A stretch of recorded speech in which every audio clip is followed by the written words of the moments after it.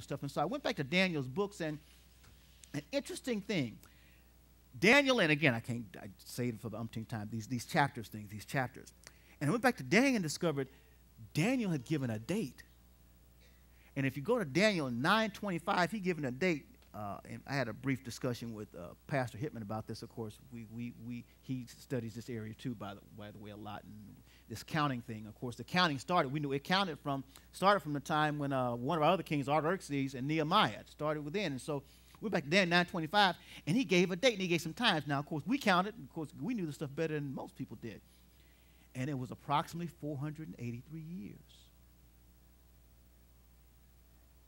I said, and what does that mean? Well, it says, this passage says that Messiah the Prince shall come after 483 years. And I said, wait a minute. According to my star chart and our records and our times, it's about 483 years. And I saw that, and I saw the star. And now you need to understand, that prompted me to read the rest of the book of Daniel and some other books that he had with him, and discovered this guy, this Messiah, this person that was coming, he had solutions. And Daniel talked about him in reverence and all, like this guy had solutions. He had solutions to some problems. And so I got excited. I said, wait a minute, this star, he's here. He's coming. He's here. And so I got to talk to Melchior and Casper, et cetera, and of course, and they shared with me again their problems. I said, you know what? We can get some answers to our problems. You know, this 50-50, in other words, today, right now, we no longer have to settle for the 50-50. We can find out the truth about that deal with our problems. But the point being is that we figured out we got to find where this guy is. Now, we knew he'd be somewhere over in Israel. We knew that, but specifically we didn't know, but we knew he was going to be there. But the point being is that the star came. But the star came up, we had the time, and we figured this is the time. And so we figured, well, guess what? We're going to take a trip. We're going to take a trip. We're going to Israel. We want to find the Messiah. We want to honor him as who Daniel said. If Daniel said that's who he was, then we believe that's who he said he was. And we're going to get some answers to some of our problems. Today, we'll get some answers to our problems. And so we got together. Now, needless to say, you probably know that as astrologers and wise men, we had a little money. We had a little cheddar, paper, scroll, or whatever you guys call it. I've heard all kinds of names you guys call it. And so, we needed to get our money together. So we had to make preparation for this trip, because you have to understand. Remember, this is about 1,500 miles or so from where we were. So we had a long trip. And by the way, I love your horseless chariots, I guess you call them. But we didn't have those. We just had chariots, and we just had mules and donkeys and camels. And so it was going to be a long trip for us, some months, as a matter of fact. And months, and also, by the way, you have to understand that we were on some dangerous roads. You know, there were caravans, et cetera. Even though there were roads, there were caravans, and there were bandits and robbers. So we had to have, I guess, what you guys call bodyguards. And we had to travel with large groups of people. And so we had to pull together our money and resources to get this caravan together, to get our bodyguards, et cetera, together. So this took a while. It took a while for us to get together, to get all the preparation. But we were going, and we were going. And so we got our chariots, got everything together, and we took this long, and let me say long, I mean long. We traveled for days. We traveled for months. But the one thing we knew is that we knew we needed an answer to our problems, and Daniel had showed us we could find the person who could give us answers to our issues. And we believed Daniel. Like I said, Daniel had, again, his reputation was impeccable, and we knew if this guy said it, and if he talked about he was coming, then we wanted to find out.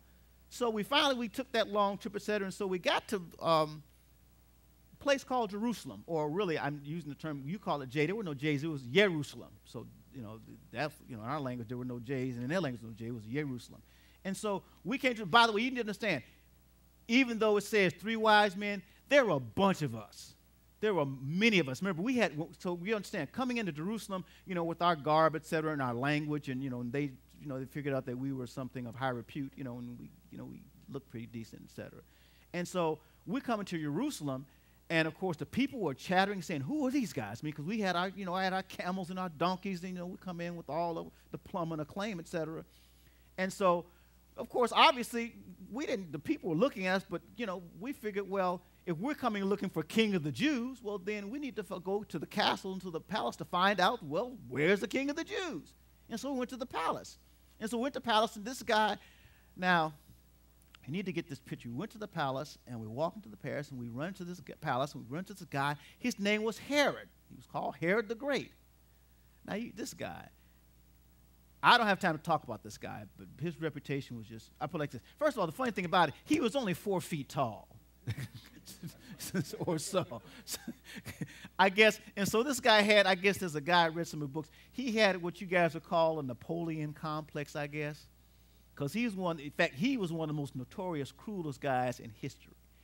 But anyway, we went, and so we get into the throne room, and here this guy Herod is sitting there. And we come in saying, ask questions saying, where is he? Where is this guy? We've plotted the star, we've seen the star, we know about this king of the Jews, and we read in Daniel.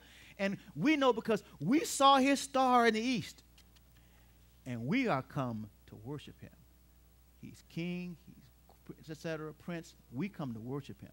Now, Herod, when we said to Herod, he looked and he was troubled, and it says all Jerusalem with him. Well, see, you have to understand, Herod and his boys and these guys, we've seen these guys before, these high government officials. They're politicians. They were just interested in keeping their jobs and their positions. We know the kind. We've seen them. We know the kind. And so they were got together. I guess they were talking, and he said, and they were troubled, because we said king of the Jews, and they were worried about their positions, and worried about if somebody going to come away and take away our stuff. And, of course, I understand Herod was especially paranoid. I understand he killed 2 of his sons already because they were plotting against him, or he thought. So, give your background on these guys. And so, here's what was fascinating. They gathered together chief priests and the people that they call scribes. Well, kind of scribes corresponded to who we were. They were the people that studied the books and records, etc., and they were learned men. They were the lawyers of their day. And they knew, and of course you understand, in this particular century, I guess lawyers are different. Your scribes are different. They just handle the law, civil law. But in those days, scribes handled both the law of Moses or religion as well as the law. So, this thing of church and state, we don't know anything about that. They did it both. And so they went and referred to their books, which is the law of Moses and the prophets, and they said, oh, and we said, where are the king of the Jews? And they said, oh, we know where he is. He said, no, where is he? They said, yeah. He said, because he said, in Bethlehem of Judea, for it is thus written by the prophets, and thou, Bethlehem, in the land of Judea, art thou least among the princes, for out of thee shall come a governor that shall rule many people, and shall rule Israel. And, of course, after that, Herod called them in and said, the wise men called us in and said, well, they tell me, the scribes tell me that he's in Bethlehem.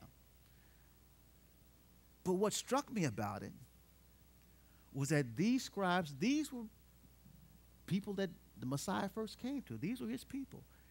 And they knew where he was, but we were the only ones in a hurry to try to get to see him. They didn't seem to be that concerned about it. Again, they were concerned about their positions. They didn't seem to be concerned about the king. They didn't concern about the Messiah. They didn't, And we finally said, well, why is this is your king, but you guys don't seem to be that concerned about seeing him, You knew where he was by your books, and you knew where to tell us to go, but, And apparently, remember, it took us months to get us. He's been here a while, apparently.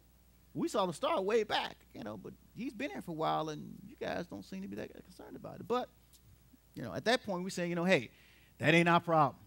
We're here we need to get, we don't have time for that. And so they said he's in Bethlehem. And so we left and said, let's go to Bethlehem. And so they, we got some direction from the local people, and when they heard, they departed, and we went to the star. And guess what? The star appeared again in the sky. And we said, wow. And you know what's so funny about that? It's really interesting because we weren't Jews. But as this story unfolded in front of our eyes, we realized that this Messiah, this God, he came for us too. For him to do what he did in terms of this whole star thing. Because remember now, he came to us where we worked. We saw stars. We would look at stars all day long. But he got our attention by coming to where we were. He cared enough about us. Remember, we're not Jews, but he cared enough about us that he came to where we were, stargazing, and got our attention by something that we could relate to. I still can't get over that. But anyway, we got to the star. We saw the star, and we went to where the child was and saw the star, and we rejoiced. And now notice this, by the way, too.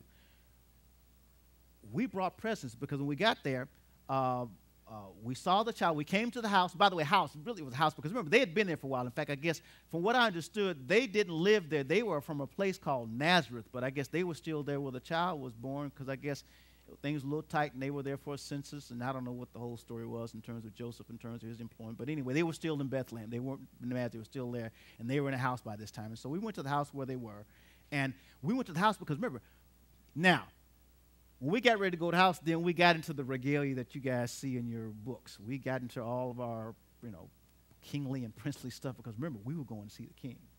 And so we wanted to be dressed for the occasion.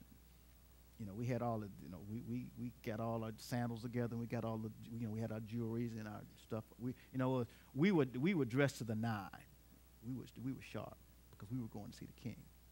And so we came into the house, and so this little simple house, wasn't, they didn't seem to have much money, etc. And they were sitting there, and so, but we bought presents, and we brought presents. Now, in fact, I think the reason that you guys think that it was just three of us is because there were three presents that we brought. But there were many more of us, but they got these three presents. Now, but let me tell you the real significance of these three presents. Let me tell you the significance, and the reason why we brought them. First of all, remember, we brought gold because it was the king. We brought gold. We brought frankincense because he was also a priest. Frankincense was used in the temples, for incense, and represents prayers, that kind of stuff. Y'all don't know about that. But anyway, one of your groups of churches with the incense, I guess we call them Catholics, they use that stuff. Anyway, we knew about it. It was common in our era and common in our time. Anyway, they had the incense. So we bought him frankincense as being the priest, but we also bought him myrrh. Now, myrrh, this is interesting about myrrh. Myrrh was an embalming fluid that was used to embalm people and make them smell good, after when they wrap them up, etc. Now, you would say, why do we bring myrrh? And why would we know that? Well, back to Daniel. Remember back Daniel 9:26, it says that Messiah will come and then he will be cut off. He will be killed. So we knew that even though we were coming to see Messiah, that he was here,